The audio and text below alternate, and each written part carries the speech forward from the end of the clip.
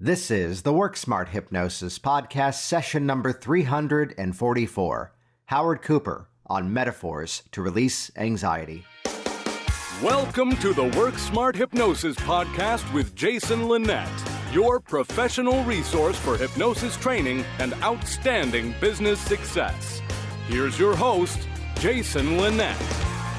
Welcome back to the program, and I'm going to be brief in the introduction this week because Howard Cooper has become one of our favorite guests to often have on this program.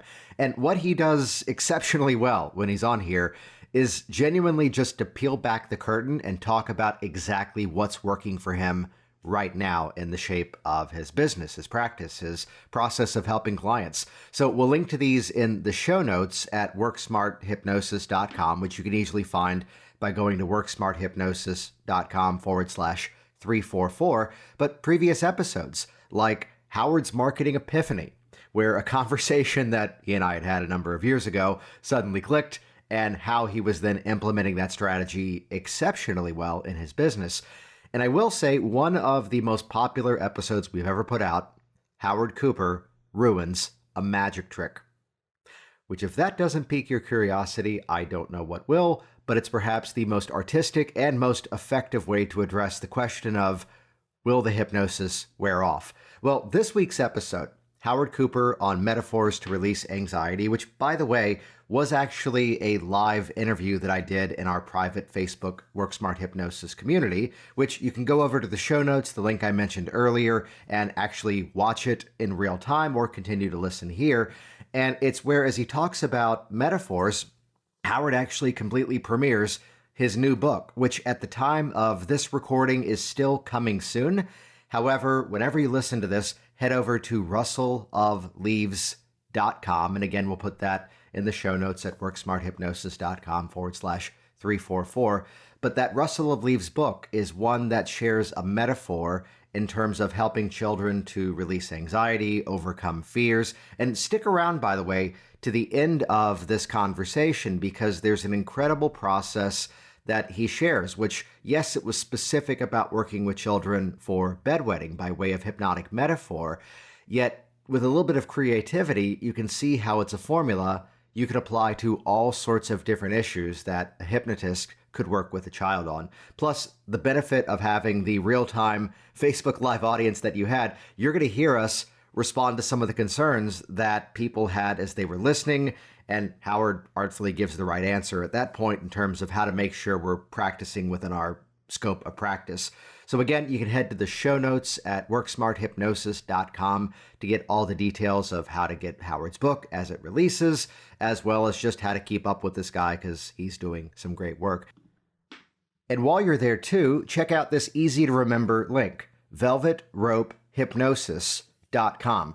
So it's about a year and a half ago that I published something to my communities, and then we started to share it around with everyone else, a simple principle called the Velvet Rope Strategy, which this one technique alone in the shape of my business helped me to eradicate no-shows, gain back more of my time, and build greater client expectation in the shape of my business. And I'll tell you in advance, it's not just about putting a calendar application on your website.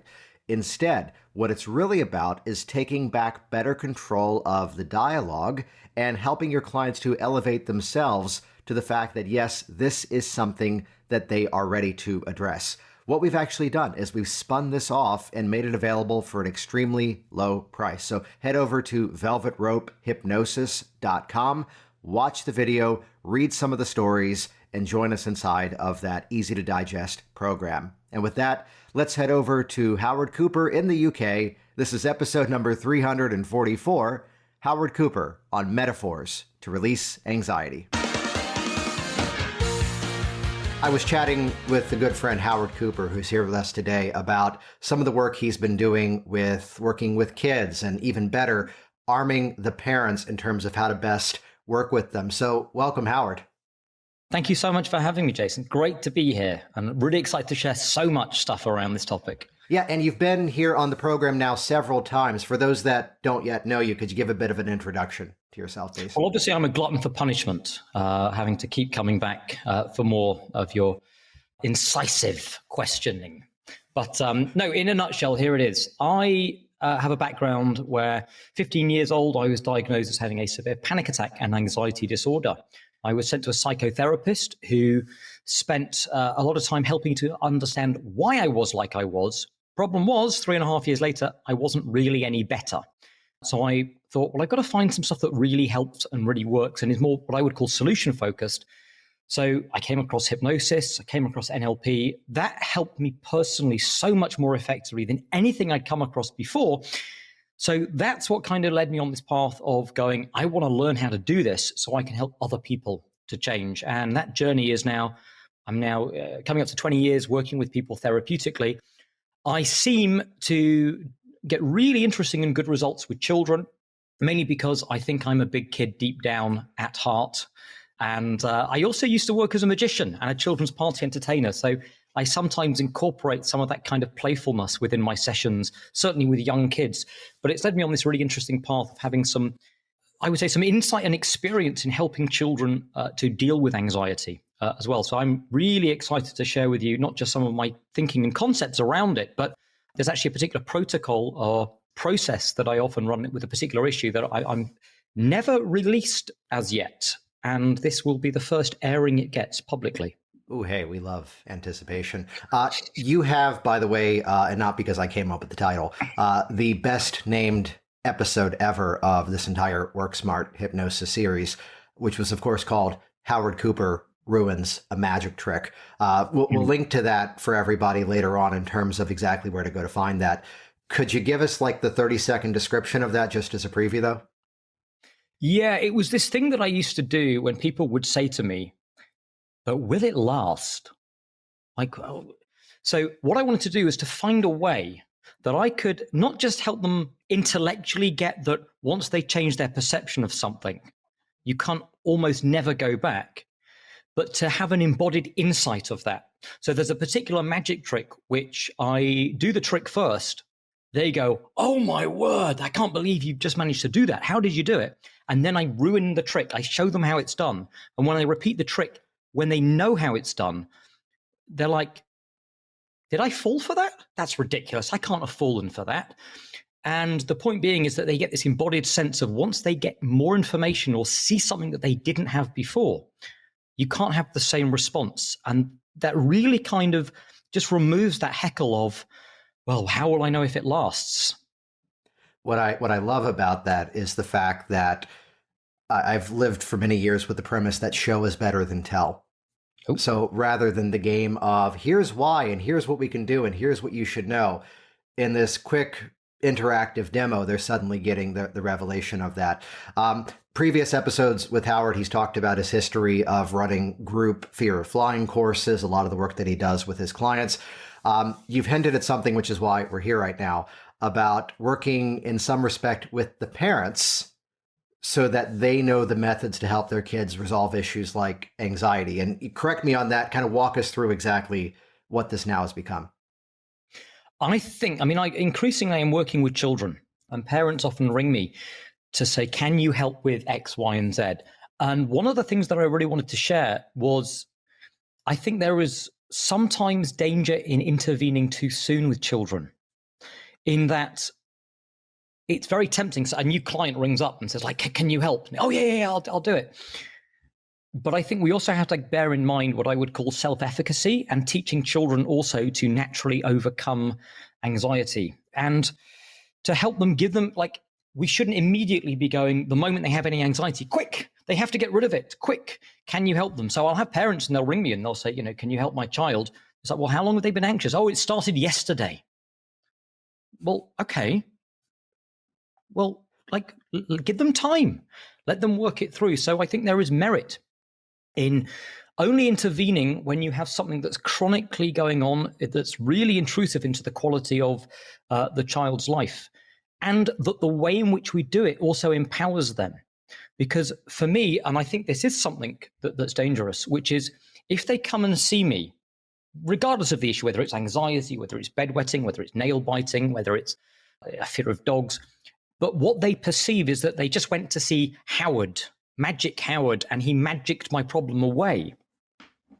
What we're really teaching them is that anytime you have a problem, someone else is going to get rid of it for them. And I don't think that's winning the battle.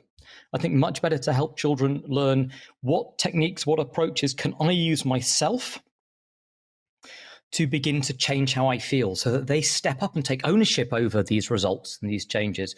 And I think you can do that at any age. And I think sometimes, having ways in which we can approach conversations that are normally we might have psychologically oriented conversations with adults to help them understand what's happening and where this is coming from. You can also have those with young kids, but we need to communicate in a slightly different way. And that's why sometimes storytelling can really help people communicate what's really going on in a way that young people really get. But does that make some sense, Jason, in terms of when to intervene? I want to go back to something that you had said a little while ago about how, my kid's anxious today, so let me make this phone call now. One of the big things that I found to be important in terms of not just helping the client, but also in some respect, let's call it out, we're running a hypnosis business, the sales of the process, is to recognize when there's a specific catalyst, when there's a specific reason that when these things line up, that's the client that I work the best with. And, one example of this is that I do a lot of work with business owners, public speaking fears, some sort of anxiety around that. And what I'm often listening for is when they're at that point where they're now backing away of opportunities because of the anticipatory fear. That's where I'm like, yeah, that's what we need to do. This is why we need to do this. Are there specific catalysts that you're kind of looking out for when you're on that conversation? Because clearly the parent's calling you, the kid's not calling you. What are you often listening for as that catalyst? Well, I will not work with any kid unless I've spoken to them ahead of time. So not often I will set up a Zoom call, often with the parent, so that I can speak to the kid as well, because I want to know that they're engaged. And I also want to empower the kid. And I always tell the parents I'm going to do this, that the kid is the one that says, yes, I want to do this. So they have to say to them, I always say, listen, I've spoken to mom, I've spoken to dad. They know how we can get started if you want to do this, but we don't have to do anything unless you want to. And all you need to do is say yes or no to them. But it's your choice. I really want them to be the person that wants the change, whatever age they are. But yeah, I mean, it comes around when I'm with stuff that developmentally they're behind where they should be, and it's now likely to cause problems moving forward. So for example, bedwetting, if they're 11, 12 years old and they're now getting embarrassed because they're wearing nappies or they have nighttime nappies and they're going to have sleepovers. And now they're having to turn down going to sleepovers, or they've got school camp coming up and I don't want to go because what happens if they fight? This is now a time to deal with it or look at it. But I think there's another interesting aspect just to touch on this with. And I remember sharing this on one of my programs, which in fact, I had a parent that came and did one of my online programs and got huge benefit from this point that I was about to make, which is that sometimes when we're trying to reassure very young kids, we have this tendency to go, it'll be all right. Don't worry. You'll be fine. It's okay. There's nothing to worry about. And that tends to be these sort of stock, platitudes are our go-tos for helping young children with fear. And I fell guilty of this. I'll give you a good example. My son, George, at about 5 years old, I think he'd seen some YouTube clip about the Great Fire of London and now became terrified of fire. And so, I'd put him down to bed and he'd suddenly start screaming, Daddy, Daddy, help, help. And I come running up, what is it? He goes like, I'm terrified. Like, what about? Fire. Okay. And for the first few nights, I was like, no, there's nothing to worry about. You're fine. You're absolutely okay. Don't worry. And it just carried on, this obsession about fire. And it dawned on me, I was guilty of doing all of this stuff that I tell people not to do, which is just saying, don't worry about it. It'll be okay. And on what planet am I living on where it's okay to tell children that fire is okay and there's nothing to fear? Like, fire is dangerous. We do want children to have a healthy respect for fire, do we not? So I tried a different approach, which is next time he screamed and went, Daddy, Daddy, I'm terrified of fire. Instead of saying, it's fine, there's nothing to worry about, I went, well, fire is actually dangerous. And you should have seen his eyes. He just went, what? I'm right? Like, you've been, but here's what happened. Instead of him responding for the first time with, you don't understand me, I've been trying to tell you, I really had his attention. He was like, oh, wow, Daddy's really validating this. I said, well, it is dangerous. So let me show you how we stay safe. And he didn't know that we had fire alarms. He didn't have any idea that these things existed. So I showed him the fire alarm that was outside his room that detects smoke and fire. I showed him what it sounds like when it's beeping. And then what happened is this. The next night, I put him down to bed and he starts screaming for me, Daddy, help, help. And I go running up and I said, what is it? He went, it's fire. And I went, shh, what can you hear? And he went, nothing. And I went, right, what does that mean? And it's like the little cogs started turning. Oh yeah, it means I'm safe. If I can't, it means I'm safe. Great. We did that a few nights in a row and then it just petered out, it stopped. Because what he had learnt was he began to develop a strategy for how he could navigate his own safety. Giving children strategies so that they can self-apply and give themselves, how do I know when I'm safe? How do I know when there's danger? Versus how do I not know? That's more effective than just relax, it'll be all right. And we see this with dogs, oh, the dog's fine, pet the dog. Well, not all dogs. Dogs can be dangerous. So, getting the kid to understand that you have to go and ask the parent, like, is this dog a friendly dog? Is it okay to pet him? These are the things that we need to do in terms of helping children navigate through wisdom rather than letting fear rule their anxiety. That's a really cool insight. I mean, we can apply that to every client. And I love that you wrap that up by talking about a dog. As when we got a dog last year, a new puppy, we're reading these books on animal training and house training. I'm like, that's what I do with my clients. That's what I do with my kids. Oh, wow. It's all the same formulas of coming up with a strategy. So rather than trying to just simply say, that's not an issue, don't worry about that, doing something that actually trains that process. And I'm imagining this is in some way a bit of a segue to the work that you've been doing in terms of how we can hypnotically make use of metaphor to instill this the same way that, again, show is better than tell, that stories invite people into the experience. Stories allow people to observe something from a different perspective. And even though, yes, it can be at times a work of fiction, we're still learning human skills as a result of that.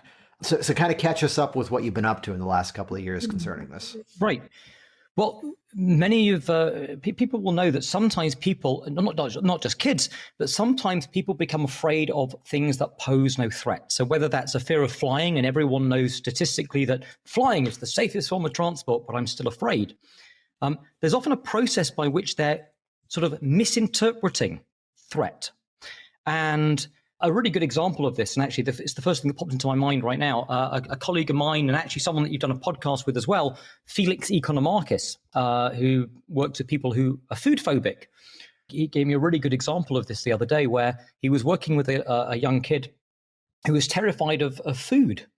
And if you look back at the past, what likely had happened, they talked about they'd been ill and they'd thrown up. Now, you put a 2-year-old head and you think what's going on in their brain when they throw up and they look down, and let's be honest, sorry, it's going to get a bit graphic, but there's always diced carrots in sick, even if you haven't been eating them. So the little kid looks down, sees the diced carrots and thinks, I felt really bad. I'm seeing diced carrots. Carrots must be bad. And so the brain jumps to the wrong conclusion. Now, of course, the young brain's not going to go, I think it's microbes, I think it's bacteria, I think it's viruses. It's unseen. It's just going to be carrots are bad. So now their brain generalizes, and now they're afraid of carrots and other foods and so on. So I've seen this a lot in my work too. And it became around, well, how can I help children to understand that sometimes we become afraid of things that pose no threat? Like someone who doesn't really get that. So I started years ago playing around with a metaphor, a story that came to me. And it was really about a little rabbit. I described what would happen if a rabbit was walking down to eat some food and heard a rustle of leaves and out jumped a fox. The rabbit would obviously run away, but it would also think that anytime it heard the rustle of leaves, there might be a fox. And I played that out in my mind. What would happen if the rabbit had kids? And the kids were, following mum to eat some food, and they heard a rustle of leaves. What they would see was mum run away because she thinks there might be a fox. But the kids wouldn't see a fox. They'd just see rustles of leaves, mum running away. And what happens if the kids then went, hold on a moment, maybe the rustle of leaves is dangerous? And what would that happen? What would occur? And I would tell this story with kids until the point at which, obviously then fox comes along and they don't know to be afraid of fox. And fox says, what are you doing? And they're like, we're trying to stay away from leaves. And he's obviously like, well, can I help? And of course, when I start telling them this story, kids always start going, no, it's a fox. Stay away from the fox. The fox is dangerous. And they get really absorbed in this story. And after I started sort of playing around with this metaphor, I would have kids start saying, like, I would go, can you believe, I would say, that they became afraid of leaves? I mean, they were just leaves. You wouldn't fall for anything like that, would you? And they would go, no, I wouldn't do anything like that. And it would begin to bridge the gap into, well, what if this thing that you were afraid of were actually just the rustle of leaves? That was really not the right thing to be afraid of. You just come to the wrong conclusion, like the kids in the story. And you can sometimes just watch them begin to clock it. They get it. Anyway, this story, it used to end really terribly, by the way. It was in therapy sessions as I began to, it was just like, yeah, and then the fox eats them all and they all die horribly. And I was like, well, I like the start of this story, but there needs to be a better narrative arc if I'm ever to release it. I'm flashing to all the examples of, there's legends around this now where there's like different movies that here was the script. They got the green light. Now they're on set filming it, looking at the script and going, oh dear. Right. We can't do this movie, which like Pretty Woman and Groundhog Day fit into these categories where they show up on the set and it's like, yeah, just be flexible. We're going to give you new pages every single day. Yeah. I got to ask, what was happening in those sessions where Boy Who Cried Wolf, well, the fox did show up and it didn't end well. How was it going then? Well, we just sort of gloss over and they'd be like, oh, really? Oh, that's bad. I'd be like, yeah, but of course you wouldn't fall for that, would you? And we just segue into it. And it was never a big part of the session, that ending. It was more about understanding the misinterpretation of fear. But I then thought, if I want it to translate better or for more people to get it, it would be nice if there was a better narrative arc. And one day, it just dawned on me, like the ending, for 3 years, by the way, 3.5 years, it's just been in the back of my head, this story, this metaphor. And finally, the ending popped up. It just occurred. And I ended up sitting and just wrote the whole thing in one evening. And I wrote it in rhyme, a bit like the Gruffalo. So Julia Donaldson, watch this space. But yes, I'm actually releasing this book. It's called The Rustle Leaves in about a month. And we have an amazingly talented illustrator who's doing it and releasing it and doing the work for it. And for those of you who are on the podcast, they won't see it, but I can hold up and show you some of the images as well. But I'd love to share the story. Yeah, we were chatting about this before, and that's why we're recording it here in this format, that I was asking Howard, are there segments you can share? And he just said, how about I just come on and read the entire story? It's only an 8-hour reading. Oh, so perfect. I think it's fine. We're going to splice it up, and this will be the podcast for the next 12 weeks. So there you go. Good to go. Absolutely. No, it's about a 5-minute reading, But I thought it would be nice to just share the story, because even if people like the story, you can start using it, start sharing it with clients, because it really seems to help. And I've had people contact me who saw the reading that I do of this on YouTube, over on my YouTube channel, Howard Cooper's Rapid ChangeWorks, where people have even watched the story there and then said to me, I shared that story with my adult client that I've been working with, and it really spoke to them as well. So I'm hoping it translates ages as well, or traverses them. Translates, traverses. What's help me out, Jason? Conveys. What's the word? Conveys. Value. Divides. Yes, you all know what I mean anyway. Matches up with the neurology of. You're on the Absolutely. same You can tell my refined use of words here's really something helps. Just as a preview in terms of how to think about this too, that yes, Howard's got a book that's coming out, and I'll drop it in the comments down below as soon as I can get over to another screen here in a bit. It's easy to remember. It's rustleofleaves.com. Easy to find. But he's about to read the entire thing. And here's what's cool. We were chatting about this, that your kids, how old are they now? 5 and 7. So same spread as mine. Mine are 8 and 10. And that experience that we as adults often play that game of, I've already read that book. with kids, they keep coming back to the same stories. They keep coming back to the same ones. Max, our youngest, just checked out from the library a book that he already owns a copy of. And it's not that he forgot and didn't remember he owned a copy. It's no, because I really like that book and I want to read this one of it. To which we're then holding back the moment of going, you already have it. No, he wants the library copy. But the kid's reading the book from cover to cover once again, so let's just let that one run. So it's the value of a story. Before we even hear it, does this become, I'll give you my definitions of this. Sometimes in the work that I do, there's techniques that become a bit of a thematic score. So like, for example, here's the classic direct drive technique where you take one hypnotic suggestion and put it on a bit of a loop, and the more you repeat it, the more their confidence grows. Or here's the classic, like Heartland ego strengthening. I think that was episode number 4 of this podcast. And once I've done some of those suggestions once, I can then come back to those techniques once again, and they become a way of compounding advanced strategies. So I may have done some version of parts, some version of a 6-step reframe, which, Howard, I don't think I've told you this. I now do the 6-step reframe in 4 steps. Right. I don't want to show off, but 4 steps is all we need. But whatever advanced strategy, I'll come back to some framework of suggestions that we've done before to then compound the advanced work. Does this kind of work for you in the same respect that if it's a subsequent appointment for some reason, you're able to come back to some of the tenets of the story to further compound it? I love the way you talk about it being thematic. It's a reoccurring theme. So just this idea of questioning, could this be the rustle of leaves that you're responding to, rather than something that's actually dangerous, is enough to provide, almost is a callback. It becomes an anchor of encompassing all the work that we've been doing around that. So it's a great callback. Excellent, excellent. Hey, I think it's story time. Well, as long as everyone's sitting comfortably, absolutely. Let me do my warm-ups. Me. Okay, all right, there we go. All right, let's do it. Let's change the lighting for the story. Oh, absolutely. Yeah, oh, that's good. Okay, that really works well on the podcast. I know, right? For those who haven't figured, we're also live streaming this to a community, and then we're going to release it later as the audio of it. But Howard, the stage is yours. Thank you. Okay, here we go. The Rustle of Leaves by Howard Cooper. That's me. So, yeah. The air was fresh. The sun was bright. Pippa woke up after sleeping all night. Breakfast would be good, she pondered. So into the farmer's field she wandered. And then in the distance, just under some trellis, she saw the tastiest looking lettuce. She started eating, but from beyond the trees, there came a sound. The rustle of leaves. An out leapt fox. His eyes were vicious. He looked at the rabbit and said, "You'll be delicious." Pippa was scared, but before Fox could attack, she hopped out the way to avoid being his snack.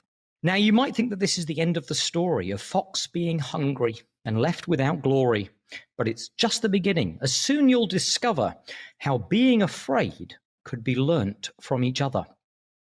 Now, 1 year later, when springtime had come, Pippa had changed. She'd become a mum. And her 2 bunnies followed, Gus and Nellie, wanting to find food to put in their belly. So off to the lettuce near some trees, but as they got close, they heard a rustle of leaves. And Pippa, who feared that it might be Fox, quickly ran off and hid behind rocks. Her kids followed her in a total daze, wondering why she'd shot off in a blaze. Perhaps our mum just couldn't stay calm, because something there could do us some harm. They thought this made sense, but what could it be? What had occurred that had made Mum flee? And after some thought, Gus said he believes the danger might be the rustle of leaves. Now, Pippa was relieved Fox hadn't appeared, but didn't explain what she'd really feared. And so later that night, her kids sat in confusion, and that's when they came to the wrong conclusion. The food looked ripe, the lettuce was green, there were no other dangers or threats to be seen, but the rustle of leaves had made Mum zoom. The rustle of leaves must mean certain doom. So for the next few months, and in fact even longer, their terror of the rustle of leaves grew stronger. So anywhere they went, they'd always stay clear of anything that rustled to avoid feeling fear. And then one day, whilst out in the wood, avoiding the rustle of leaves like they should, Fox stood watching as they hopped around, taking care to avoid any rustling sound. Fox sauntered over to Nellie and Gus, who looked at Fox and said, "Don't distract us. We're trying to stay safe from the rustle of leaves." Fox grinned slyly. "Can I help, please? If you're looking for a place that's rustle-free, come this way and follow me." Creeping behind Fox without making a sound, they followed him to his den underground. Fox pointed to a large pot that he used for cooking and said, "Get in there before the rustle comes looking." The kids dived in the pot and felt safe at last, but their chance to escape was fading fast. Whilst all this went on, Fox hadn't paid attention to Pippa, who'd seen Fox's true intention. She realized she needed a cunning plot to rescue her children from his cooking pot. So Pippa thought that she could devise a most ingenious disguise to creep up on Fox without being beaten and save her two children from being eaten. Borrowing some honey from the friendly bees, she used it to stick on a mountain of leaves, and now she was covered in leaves of green. She could sneak up on Fox without being seen. But every time Pippa moved a muscle, the leaves on her body would start to rustle. The kids heard the rustling and were terrified. Fox said, "It's coming. Quick, you must hide." But as Fox was about to cook his meal, he saw the rustle monster and said, "Crikey, it's real," and scarpered off to escape the beast, so the bunnies never became his feast. Then Pippa explained how the kids had been wrong. Fox had been dangerous all along, and realizing they had been mistaken, they hugged their mum and were no longer shaken. And now they were able to stay safe from Fox, because outside their burrow, they kept a box filled to the brim with what Fox believes contains the dangerous rustle of leaves.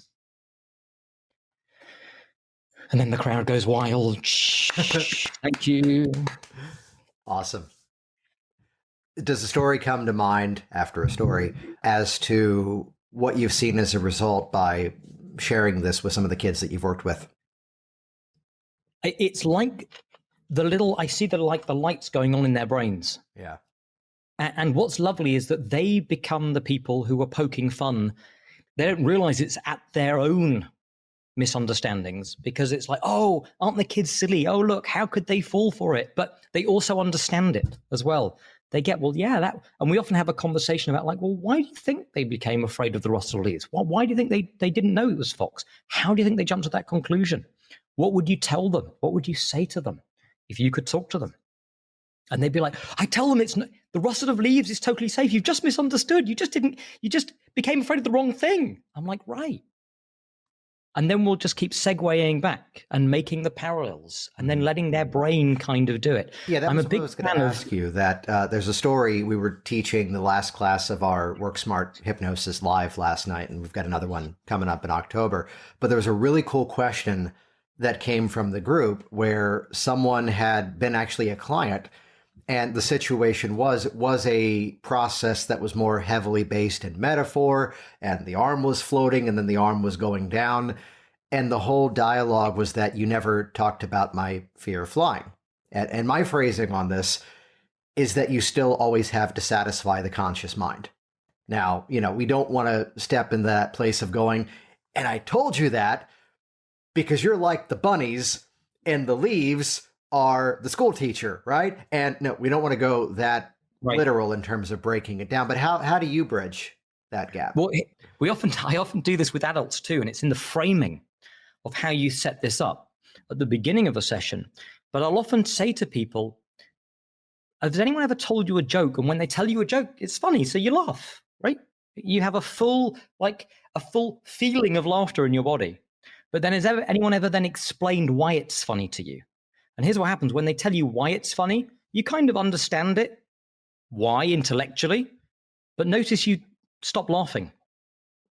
For me, when I work with people and I help someone, whether it's an adult or a child, my job and the way I think about it is to help them make changes so that they have a full embodied change rather than just intellectually getting it, which often, if I can explain that well enough, often using that analogy of the joke that loses its power the moment you explain it consciously, you get buy-in from people to be a little off the beaten track, to essentially do stuff that's very much about putting some dots out there and then being open about the fact that I'm going to send you away and your brain's going to kind of join them together.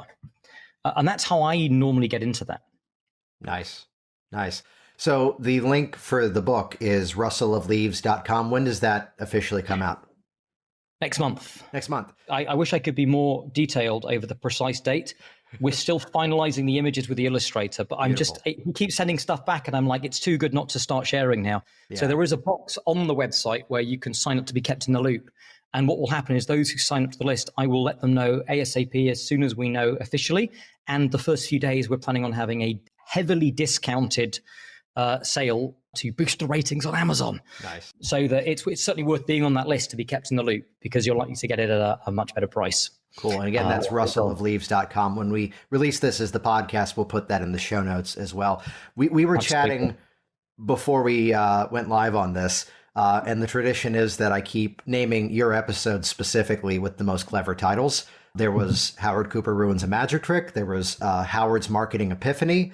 And you called it out that I was going to call this episode. I knew where you were going. Yeah, that I was going to call this episode Howard Cooper Stops Wetting the Bed. But I think for your benefit and ours, though, I think the click-through rate on that would be through the roof. It would create a flood of traffic. Oh, seriously. So instead, this Jason, would be releasing anxiety through metaphor. I think that one's going to be better.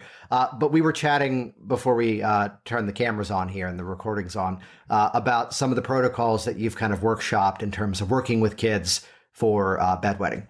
You want to chat about that a bit? I do. And just because I'm not sure if everyone heard it, Jason was talking, so he didn't respond to the moment when I said, you're in trouble. But we won't go back there, obviously.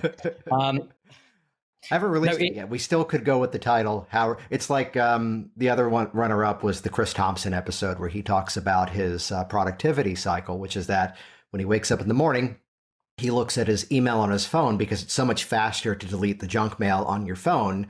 That way, when his workday officially begins, all that junk has been cleared away. And we almost called that episode, Chris Thompson wakes up and looks at his junk. Instead, no words. Chris Thompson no on words. clearing away the junk, something of that nature. But talk to us about wetting the bed, Howard. I have been working with bedwetting for a while now with young kids. And again, like before, I'm always very careful that we don't intervene too early. So normally if they're getting to like 10 or 11 and it's still chronically a problem, that's when I'll start to do stuff with them. And in fact, there's a testimonial, and it was I was never able to post it because the wording was so ambiguous. They said, I sent my 11-year-old to see Howard, who's had a problem with bedwetting for years. And I was like, might want to reorder that a little bit. People might come to the wrong conclusions. There's been a process that seems to have been yielding really good results with bedwetting with youngsters in these situations. And I haven't really shared it publicly before, but I thought it might be nice to kind of to share it. So if anyone ever works with this kind of stuff, it's a really kind of cool way. And so let me cut to the chase.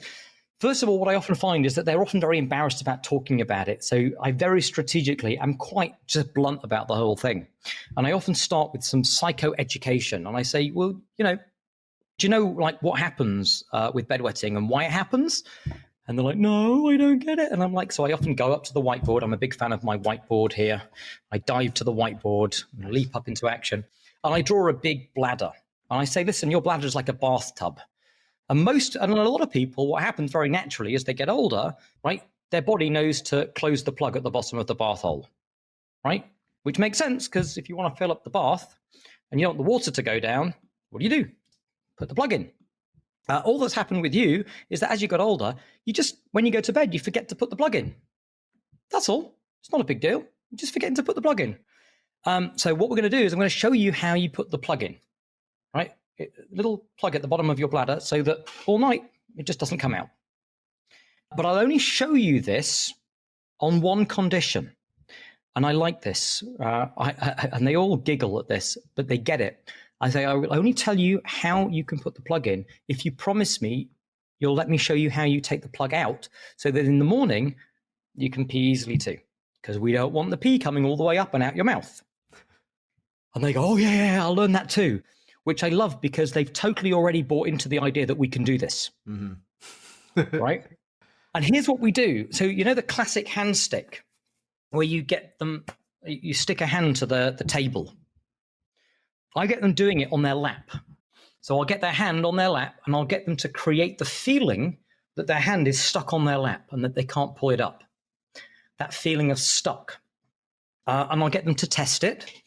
And I don't really mind. I don't work in this kind of like you're in a deep trance kind of way. I work from the perspective of this is a skill and you can practice it. If they don't get it first, like I'm going to keep getting them to just use your imagination and imagine it until they get a real feeling of stuck.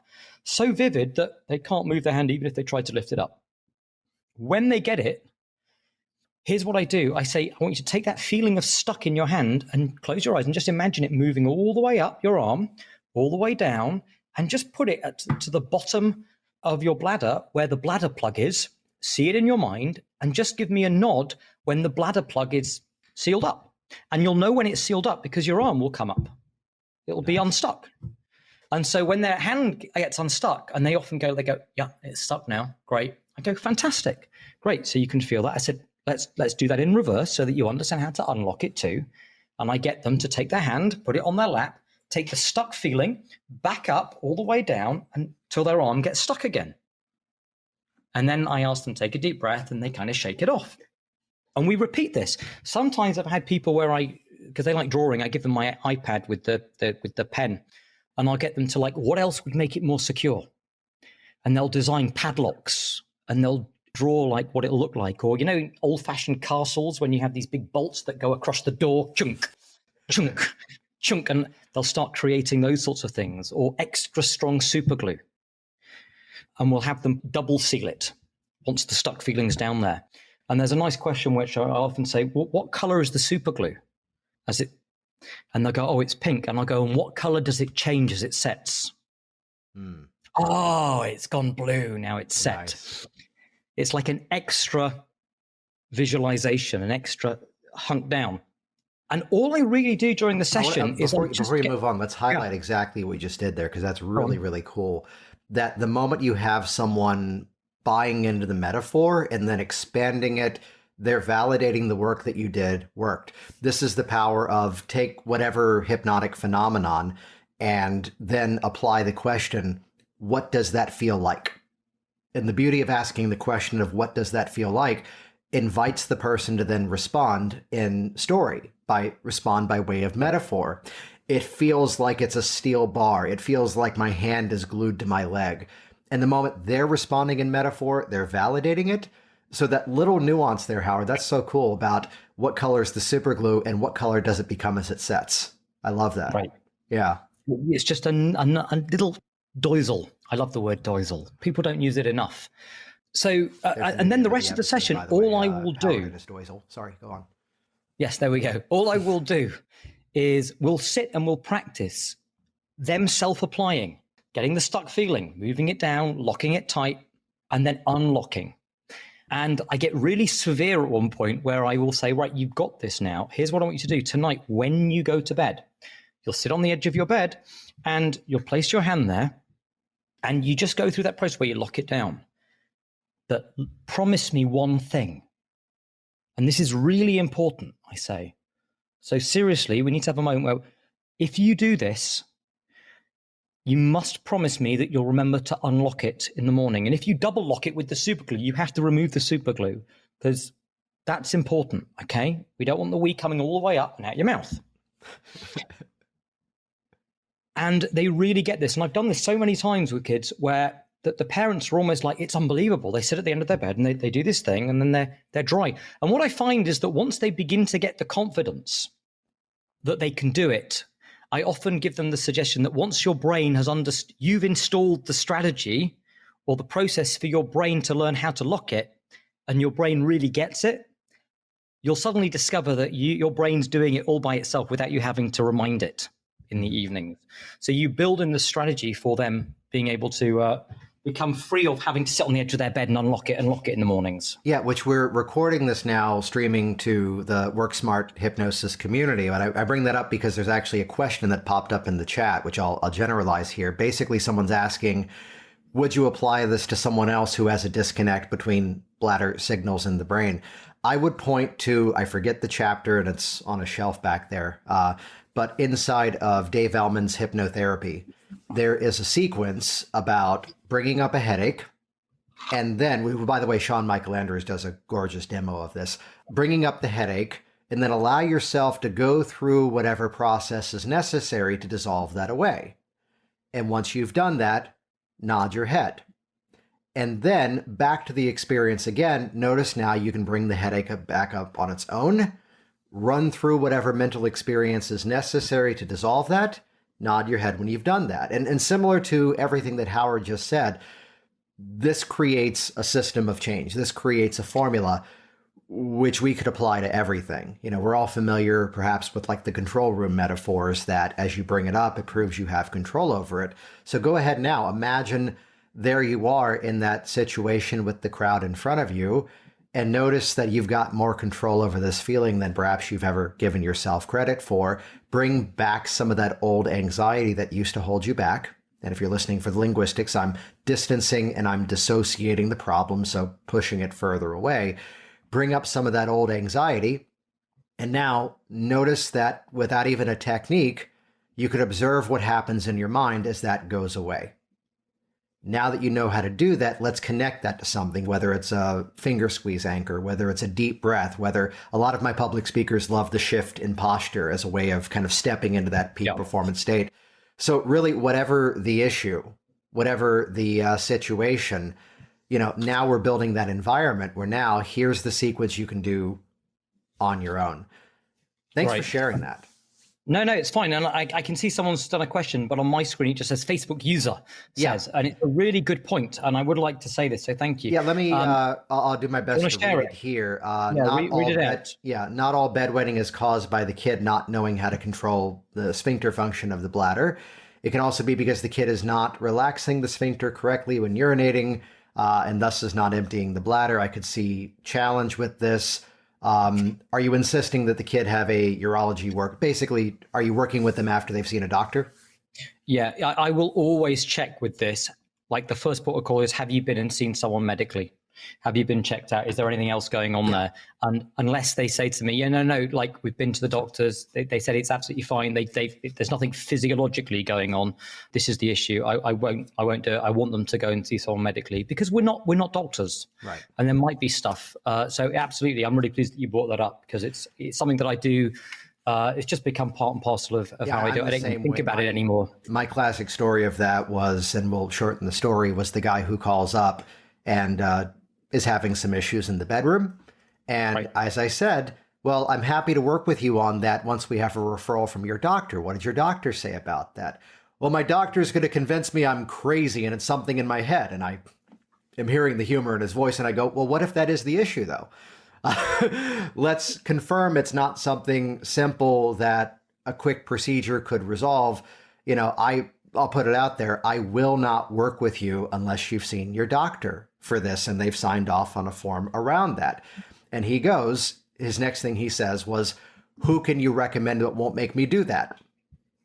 To which I go, well, as someone who's a bit of a leader in this profession, if you call around and find someone who will see you for that without first checking in that you've seen a doctor, I will tell you right now to turn and run away from that person.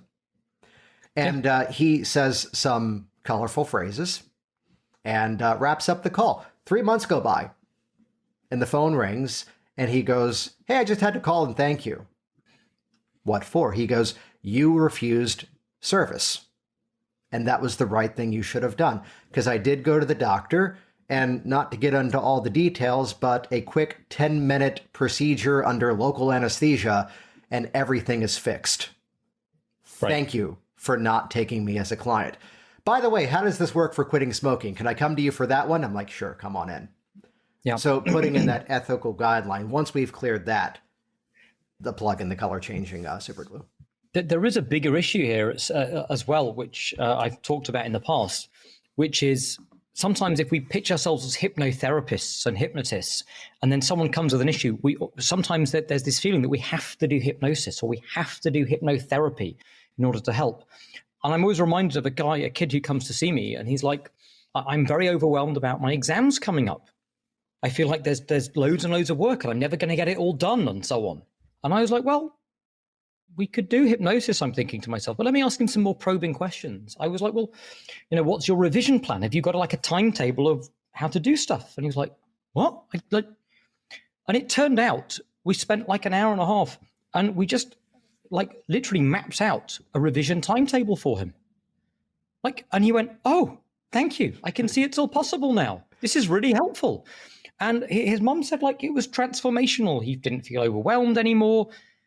But sometimes there are these solutions that aren't hypnotically based in many ways, but it's just like some common sense. So I think I tell the quick story of, and this is like one example out of thousands, where just let's use the polite word here of ignorance. She just did not know. How's your diet? What are you typically eating and how would you like that to be different? Oh, I don't understand why I'm not losing weight because if I go to McDonald's, I get the burger and that's protein, so that's got to be healthier, right? And It was never the moment of saying, you're wrong, that's stupid, because that wouldn't have helped. It was instead, I created a new step of our process that day. She had already paid for the program. She had already filled out the forms. And at that point, I'll change the name for the story.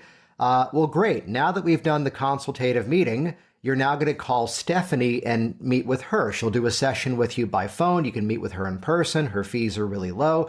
But what's great about her is she's a nutritionist who will talk with you and give you a roadmap of what to eat. And what's cool about what she does is she'll tell you what to eat rather than what not to eat. This way we can appropriately bombard you with the stuff that's good for you so you don't get caught up in the old stuff anymore. Once you've done that call with Stephanie, then when we meet for the next session, that will be our first hypnosis meeting. And I'll work with you to make what she's given you really easy. And to be fair, that's the one and only time I've ever had to go that route, just because she didn't have the knowledge. So I connected her with a resource that would help her to get there. Speaking of resources and artful transitions, Howard, how can people best get in contact with you? How can they find you? Well, let me just go through the list. I've got just a couple of ways in which people can check me out. For the listener of the audio program, Howard just unsheathed a scroll that was several yards in length. Everyone should have a comedy list for such occasions. There you go. Carry it with them at all moments. It's a perfect setup that we've been telling folks in hypnotic business systems, like as much as you can, one call to action, maybe two. Yeah. Now that I've said that, though, how can people find you? People go to rapidchange.works. All the links, everything you need is there. As well, if you want to head over to YouTube and check out and subscribe on Howard Cooper's Rapid ChangeWorks, those two places will give you access to everything you need, including information about when the book's out and all the other stuff and the classes that I run and so on. So, yeah, that's how it'd be great to see you on board with all that. And I'd love to hear as well if anyone's sharing their story that you heard, even just conversationally, would love to hear about it and the results that people are getting with it. Excellent. Yeah, and we'll link in the show notes as this releases as a podcast over on worksmarthypnosis.com. Before we wrap it up, as we often do, any final thoughts for the listeners out there? Yeah, I think it's better to have loved a short goal than to never have loved at all. Jason Linett here once again, and hey, isn't story time fun? Thank you for joining us with this episode. A reminder, you can see the video of this episode at the show notes at worksmarthypnosis.com/344. That's where you'll find the links to pick up Howard's book as it releases, subscribe to his podcast, follow what he's doing some phenomenal work. And if you want to do phenomenal work with your clients, do you like that segue? If you want to do phenomenal work with your clients, head over to velvetropehypnosis.com. We have taken one of the things that I've gotten the best feedback from over the years, a simple business strategy called the Velvet Rope Strategy, which is all about helping your client to raise their hand in a much better way and express that they're interested in what you have to offer. And we've put it out there at an extremely low price just to get this in the hands of more people. So head over to velvetropehypnosis.com, watch the video, and pick up that easy-to-digest program. We'll see you soon. Thanks for listening to the Work Smart Hypnosis podcast at WorkSmartHypnosis.com. Hey, it's Jason here, and I want you to be the first to find out as we upload new content here online. So do this right now. Click subscribe right next to this video, and you will be the first to find out as I share further resources, further downloads, and other really cool things to come your way. See you soon.